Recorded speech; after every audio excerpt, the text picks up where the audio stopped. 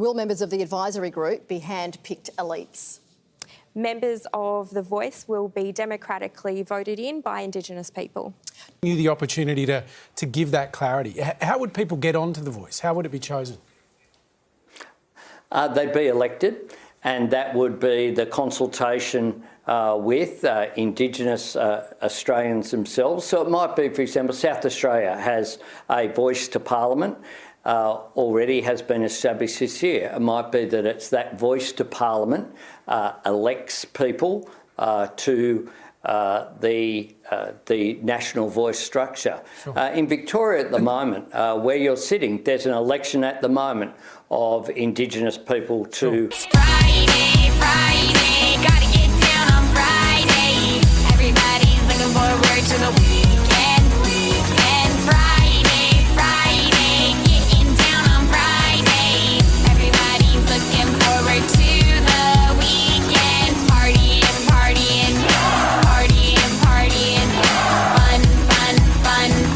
Looking forward to the weekend. We're driving on the highway, cruising so fast, I want time to fly.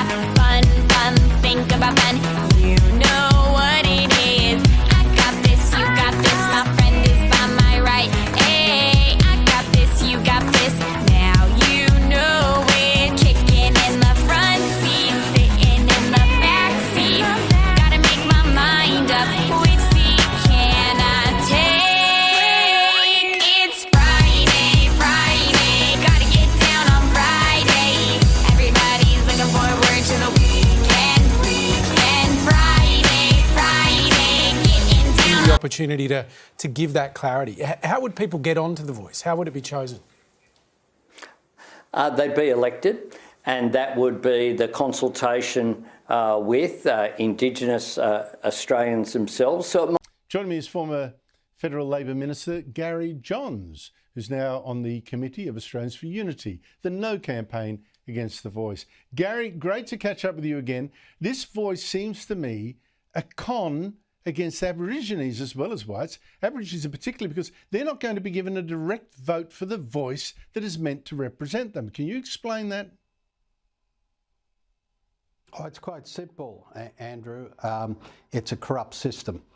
By that I mean that Aboriginal CEOs will select themselves to become the 24 gifted people who will sit in Canberra and lobby for your taxpayers' dollars to get money for their organisations. That, if you like, it's an outing of the Aboriginal industry. That's how it's been designed. I think that's absolutely correct, by the way. Plus, of course, someone, we don't know who, has to select the token youth voices as well. I mean, the whole thing is a stitch-up. Now, You the opportunity to give that clarity. How would people get onto The Voice? How would it be chosen?